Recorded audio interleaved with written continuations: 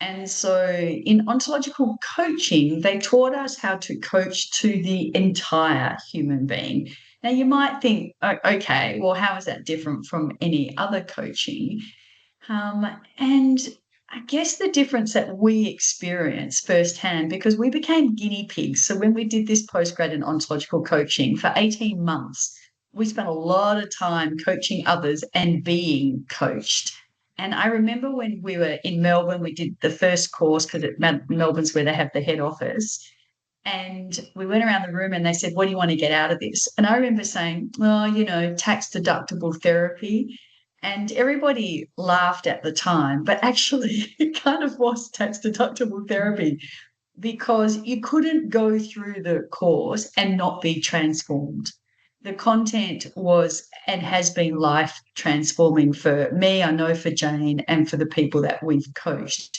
So, what makes it different from other coaching? And so, it operates when it coaches to the whole being, it operates from this premise that there's these four interrelated domains that we show up in, and that all of those domains play off each other and actually result in who we are. So our speaking domain is obviously one that's most, obvious. We can see it, we can hear it, we talk all the time. And so as a coach, we often are listening for words. But actually, it's the other three domains that we explored that were probably in some respects quite new to me when I first did it. So the domain of listening is, and it is different from speaking, it's about, can we listen to our own internal voice and what it's saying to us, but can we also learn how to listen to the other person's, both what they're saying, but also their internal voice as well. So it adds a layer, and maybe listening is a subcategory of speaking. It depends how you want to articulate it, but it adds a layer to the use of words. So it's not just about what comes out of our mouth, but actually way more powerfully what we say to ourselves. So that's those two, moods and emotions. So for the purposes of this framework, we made a distinction between moods and emotions. So moods are normally a long-term feeling that is created by something that's happened in our past. Often it can be something quite difficult, but it could also be a series of lots and lots of things that's happened in the past that creates a certain mood. The thing about moods, which is why it's so powerful in coaching, is that because moods are created from our past, they can often be invisible to us in our present. So we won't know that we are in a mood, but there's moods can be very powerful in making us do certain things without even realize that that's what's making us. And I think later on, Jane's going to talk about a framework that we got taught called the fundamental or basic moods of life. Changed my life. So that's a mood. And emotion is a short-term feeling that's normally created by a specific event. So I'm happy because the sun is shining today. I can link back pretty quickly to what's making me feel happy. And so when we learn about those frameworks, it helped us as a coach to bring someone's emotions or emotional state into the conversation. And so we often ask them, and we teach them this frameworks around moods and helps them to think about what might be underneath their actions. And physiology is all about our body. But in terms of physiology, there's a lot around our non-verbal communication, so how we hold our body and how we move it, and based on what we're trying to say, but also about what's happening with our neurotransmitters. So the really significant one of cortisol, but then also oxytocin, serotonin, and dopamine. And so getting us to have a better understanding of how those neurotransmitters interact with us. And Jane might talk to you a little bit about how when she becomes an observer of somebody else's physiology and invites them to shift their physiology in a different way, that it actually helps them get some insights about themselves. The role of an ontological coach is to be an observer of somebody in all of those domains and at times reflect back our observations to that person, offer with permission some insights about what we might be seeing or hearing, and inviting them to look at themselves differently. I liked it when Bruce talked about people that have ADHD. He said that we recognise the dignity of all people. And that line resonated with me because as an ontological coach, very early on, we got taught this phrase called the legitimate other. Now, it's an unusual phrase. It's not something that you've probably heard before. But as a coach, we really enter into that coaching relationship, believing that the person we are coaching is a legitimate other, which really is that they have it all within them already. And our job is to just bring it out and give them some insights. And in light of that, I find that the model, the Johari window, is a really helpful model to explain what we actually do in coaching. So I didn't create this model. I remember when I Googled it first time around and read about Johari, it said something like it means the jewel of the crown. And I thought, wasn't that a beautiful word to choose? And then when I read a little bit more, it actually means the two guys that came up with this model, Joe and Harrington. Not as exciting as the jewel of the crown. But the Johari model talks about different types of information that exists in our world. And so the first type is things that you know and other people know. So we call that our public information. Jane, can you click, please? So we call that our public information. So that's information that we're openly comfortable sharing. I know about it, you know about it.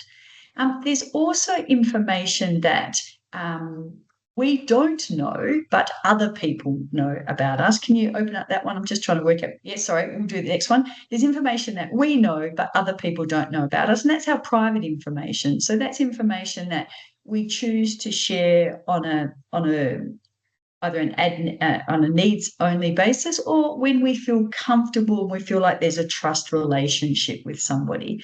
The third type of information is, and this is where we get into this two last areas, is where coaching becomes useful. So the third type of information is something that we don't know about ourselves, but other people do know. And often they are called our blind spots. And the way that we can see some of our blind spots is through receiving feedback from others. And so, with permission from the person that we're coaching, there's times when we will say, can I give you some feedback about what I am observing, what I'm hearing from you, what you're saying? And so with their permission, we can do that. And that gives them an opportunity for some of their blind spots to be revealed. And once they're revealed, of course, it's no longer a blind spot. And the last quadrant is things that we don't know about someone and they don't know about them either. And I think as a coach, that's one of the most exciting spaces to be in with a coachee, because we enter into this partnership both as explorers of this person and where they're coming from. And in the journey of coaching and the techniques that we got taught around how we listen and how we ask questions, we often learn as we go, and they learn something about themselves as well. And I often, when I think about what we do, often as a coach in ontological coaching, I feel like we start with the person, they jump down a rabbit hole, they go underground for quite a while, and at some point in the conversation, they pop up out of the rabbit hole somewhere else. And I don't really know what they did while they were down there, but when they come up, it's with some kind of new realization or information that they didn't have before. So that's a little bit of a framing up of ontological coaching. I think, over to you, Jane, to share about how we use ontological coaching at EO Specialists, how we use it to be part of seeing people's lives transformed. Thanks, Jane. Thanks, Franca. So I'm going to talk about two areas that we use ontological coaching specifically at EO Specialists. So EO Specialists, is about, our byline is about creating safe and respectful workplaces. And one of the groups of people, types of people that we get to coach are what are called respondents. So these are people who, unfortunately, have been through a disciplinary process, and there's been a substantiated complaint about their behaviours. And part of the, if you like, the remedial process, the education process, is that they come to us for coaching. So I'm just going to talk you through the process that we go through with specifically with respondents, and I'll talk about sort of the more standard coaching, an example at the end. So I'm going to go through the process through coaching a respondent, and then I'm going to talk through a few case studies and how I used ontological coaching. When we're coaching a respondent, this is somebody who's been through a disciplinary process, we make it really clear that the area we're in is about unlawful workplace behaviours, and that it is about partnership and teamwork. So this is about working with the respondent's manager, sometimes with the people and culture or HR manager as well, and the respondent. So it's a teamwork process. And it's very much about providing education first and then support through the coaching, and about creating a safe and respectful space for the coachee, for the respondent, but also ensuring that there's a safe and respectful workplace that they are, that they're going back to, and that they are not creating some kind of their behavior doesn't create an unsafe workplace. And it's very much about being curious. And I suppose that goes back to the Johari window and what Frank has just been through to explain. I think if there's anything that's taught me about the importance of curiosity going into these conversations, it is actually about working with the respondents whose on paper, when you read some of the investigative reports around their behavior in the workplace, it's very easy and quite understandable to go instantly into a sort of a place of judgment about these people. So it is very much about being curious. What it's not about is about us assessing the disciplinary process. And the reason I say that is quite often when we agree to take on a client, the HR person will go, we don't want you questioning the decision. If we take on the client, we do so on the understanding that if there's been an investigation, we feel that natural justice has been done, and our job isn't to investigate or to open up the whole inquiry again. Our job is a moving forward conversation around education and changing their behaviours for the better. It's most definitely not about punishment, although I know that when the respondents first come and meet with me, they feel that that is an element, but it is not about punishment, and it's not about ticking a box either, because it is can be quite a lengthy process. And as I said, it's a partnership, so it does involve time for the manager, time for the HR person, and up to 4 or 5 meetings for the coachee. And, we also make it very clear that we're not professional mental health service providers. So I also make it very clear at the outset that if I do have concerns about the person's mental health, I will work with that person with their agreement in terms of how we support them going forward. And if I feel that I'm out of my depth, I will say so, and that this is a case for a mental health professional. So the process that we go through, obviously we'll have the initial contact from the people and culture business partner, or, HR, whoever the contact person is. And it's at that point that we will ask, or I will ask for a copy of the investigation, or at least the information around what has happened, how it's been handled, and what they've done about it, because it's very important for us to make an assessment before we go in to the coaching process that there's been due process and natural justice. So that's the first part. Once I've talked through, how I work, what the process is, if they want to go, and we feel that we're the right people to go ahead, and they want to go ahead with us, then I'll set up a meeting. So the next meeting and the first sort of formal meeting, which will be with the P&C, the People and Culture business partner, and the manager. So the coachee is still not involved at this stage, and that can take up to an hour. And the purpose of that conversation is I get the opportunity to ask questions for clarification around the investigation.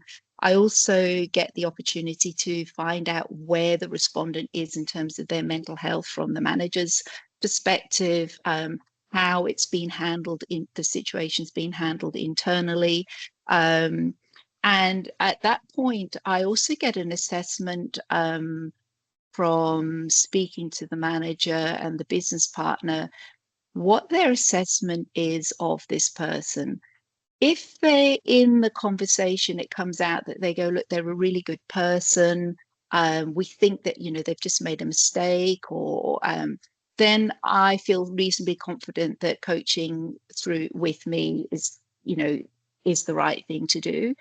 If through these conversations, either with the initial conversation or in this conversation, it comes out that there's some really, really significant, deeply entrenched behaviors, and there's some quite significant concerns about this person, then Franca and I will have a conversation, and quite possibly we will direct client to David Dean Spread, who presented at the last webinar, who specializes in dealing with very difficult people. So we'll make that assessment then. And then we just agree on the process, how, depending on the seriousness of the allegation of the behaviors, the substantiated behaviors, we have a sort of an escalation technique in terms of who's involved, the setup meeting, the wrap-up meeting at the end, and whether a report is needed if there's a professional body involved. So we go to the third meeting. So I have come to the point now where my third meeting, which is the first time I meet the coachee, where we set the ground rules, I am now also combining the education piece in that. And the reason I'm speaking to, explaining the process through to you, is in ontology, we were taught as saying the right conversation in the wrong mood is the wrong conversation. So it's very important to me and to the success of the process that the manager, the business partner, the P&C business partner have a really clear understanding of the process and the expectations when they come in, and that they've agreed it, so that there's no sort of disappointment or unmet expectations. I include the education piece with the manager, and if it's deemed appropriate, the business partner in the room and the coachee, because what seems to be, there's a few things that reasons I do this. One is quite often the coachee, the respondent, has been told and given a letter that that the behaviors, the substantiated behaviors are inappropriate and do not meet the code of conduct of the organization. The problem with that is it's not really clear what they've breached and how they can change their behavior. The other thing is, quite often these behaviors have been going on for quite a long time and haven't been really well managed. So the education piece is around educating both the manager around these behaviors, let's say, for example, actually meet the definition of sexual harassment in the workplace, what the manager's duty of care is, why the manager going forward will have to do something if these behaviors continue, and so that the coachee is really clear what the boundaries are and where the line in the sand is.